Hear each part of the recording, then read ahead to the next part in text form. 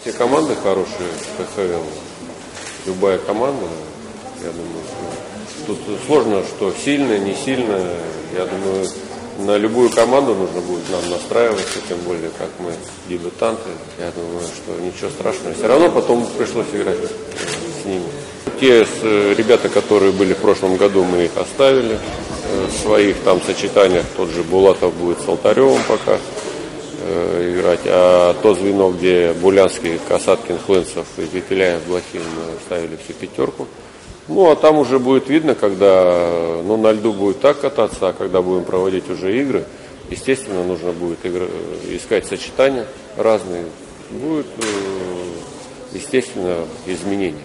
Нам будет полегче втроем, потому что 2 тренера для команды это, естественно, мало, потому что много работы, тем более в этом году в высшей лиге где-то, может, полегче работалось, и там и перерывы были большие. Здесь, тут, конечно, вы знаете, что, наверное, уже в других командах там не только по 3, там по 4, по 5 тренеров было, работали. Ну, мы решили, что оставить 3 тренера, не стали приглашать тренера по вратарям. Я думаю, что вполне достаточно, а там роли мы распределили, это не проблема.